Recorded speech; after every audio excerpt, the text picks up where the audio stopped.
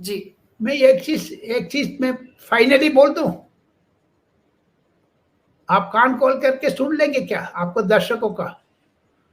18 तारीख नए पार्लियामेंट शुरू हो रहे, विनायक चतुर्थी गणेशाय नमः का थ्रू अमृतकाल शुरू हो रहा है. First day in parliament, first day Indian government is going to bring a resolution, constitution amendment, changing the name of India into Bharat. और ये बात एक नारा जो है वो लगाया है मोदी सरकार ने, और वो है कि one nation one election, one nation one election. आपको लगता है कि पाकिस्तान को भी एक नरेंद्र मोदी जैसे प्राइम मिनिस्टर के एक लीडर की जरूरत है? वन नेशन वन इलेक्शन की ओर अपना बड़ा कदम बढ़ा दिया है. इसे लेकर सरकार ने एक कमेटी भी बना दी है. अब उनकी 5 रियासतों में इलेक्शंस जो हैं वो नवंबर दिसंबर में होने थे, और फिर उसके बाद जो लोकसभा के पार्लियामेंट को कहा जाए मरकज में, वो इलेक्शंस होने थे उनके मई जून में.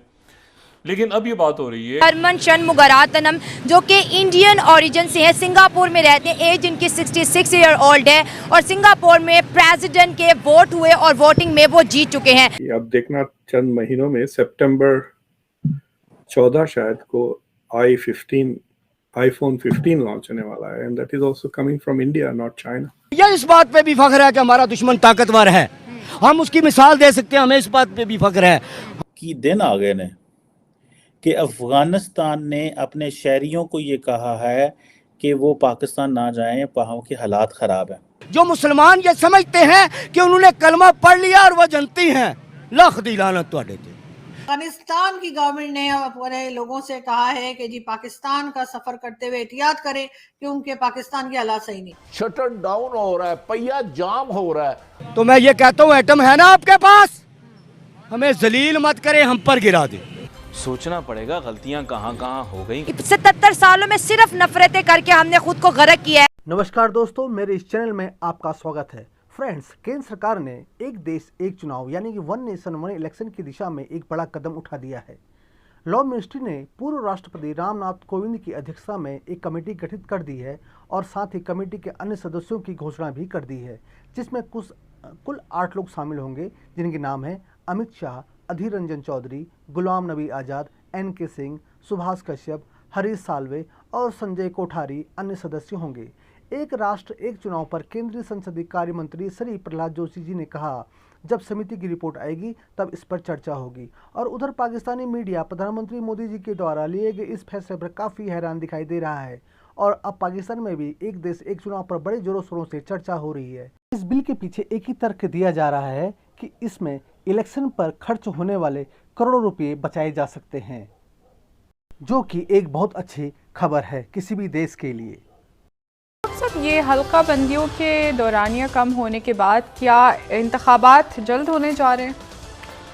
देखिए, इंतखाबात जल्द होने जा रहे हैं, लेकिन वो जल्द होने के इम्कानात हैं भारत में.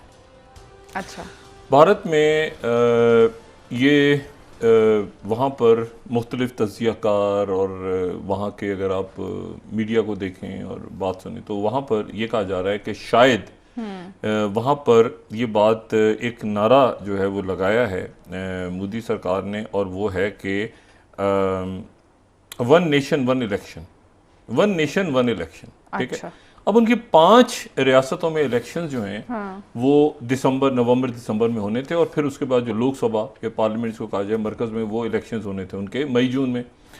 लेकिन अब ये बात हो रही है अर्ली इलेक्शंस के लिए, शायद ये पार्लियामेंट का सेशन वहाँ कॉल हुआ है सितंबर 5 दिन का, 17-18 सितंबर से शायद 21-22 तक 5 दिन का सेशन कॉल हुआ है. उसमें शायद वज़ीर आज़म मोदी जो हैं वो इलेक्शंस का ऐलान कर दें, और इलेक्शंस का ऐलान स्नैप इलेक्शंस यानी नवंबर दिसंबर में शायद ऐलान कर दें. और उनके जो मुखालफिन हैं INDIA, जिसको इंडिया के नाम से जो इत्तेहाद बना है, वो भी उसके लिए तैयारी पकड़ रहे हैं.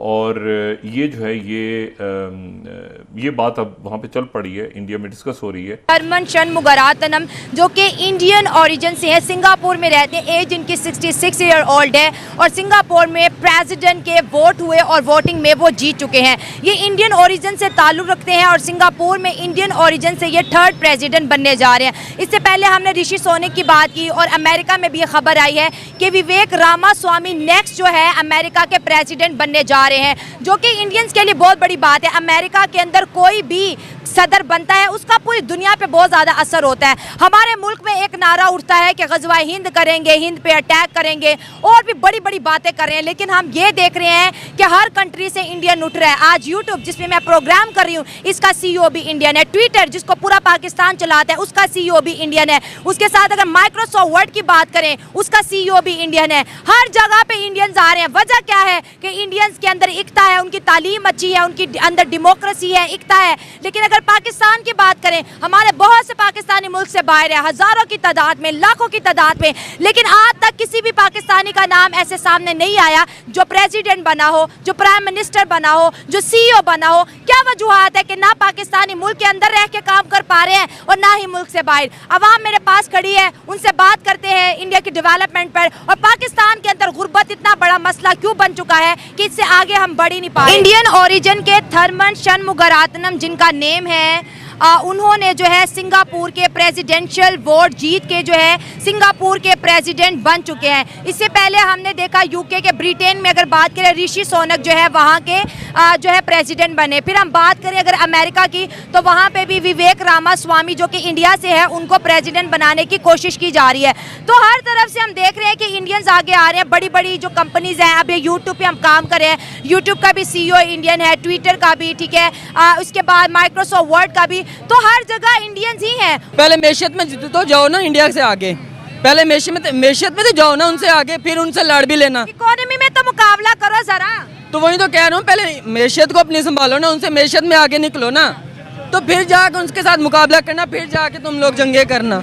हर जगह पे इंडियंस ही क्यों आ रहे हैं? सिंगापुर में इंडियन, ब्रिटेन में इंडियन, अमेरिका में इंडियन, बड़ी बड़ी कंपनीज में इंडियन, ITs में इंडियन, हर जगह पे इंडियंस आ चुके हैं। मैम ये बात सच है कि हर जगह पे इंडियन हैं, लेकिन उसकी वजह यह है कि उनका मुल्क, उनके हुक्मरान वो उनको सपोर्ट कर रहे हैं। क्यों? उनके जो बच्चे हैं वो तो पल रहे हैं ना, अपने मुल्क में खुशहाल हैं, वो आगे जाके निकलते हैं, उनको मौके दिए जाते हैं, मिलते हैं उनको मौके। क्यों? उनका मुल्क में तालीम है, वो उनका मुल्क तरक्की कर रहा है। जब हमारे मुल्क में ना तालीम, हमारा तालीमी निज़ाम ही करप्ट है, हमारा तालीमी निज़ाम ठीक नहीं है। बड़ों के बच्चे अमेरिका में पढ़ेंगे, UK में पढ़ेंगे, लंदन पढ़ेंगे, यहाँ के बच्चे पास ही नहीं होते, पैसा नहीं होता। यूनिवर्सिटी में चले जाओ तो क्या एडमिशन फीस इतनी, सेमेस्टर फीस इतनी है, गरीब का बच्चा कहाँ पढ़ेगा? मुझे बताएं। और रिलीफ भी नहीं है, रिलीफ भी नहीं है। बात मेरे भाई ये नहीं है मैं क्या कर सकता हूँ, बात ये है कि हमें करना चाहिए क्या। सवाल ये, हुक्मरान कहते हैं हमारी गलती क्या है।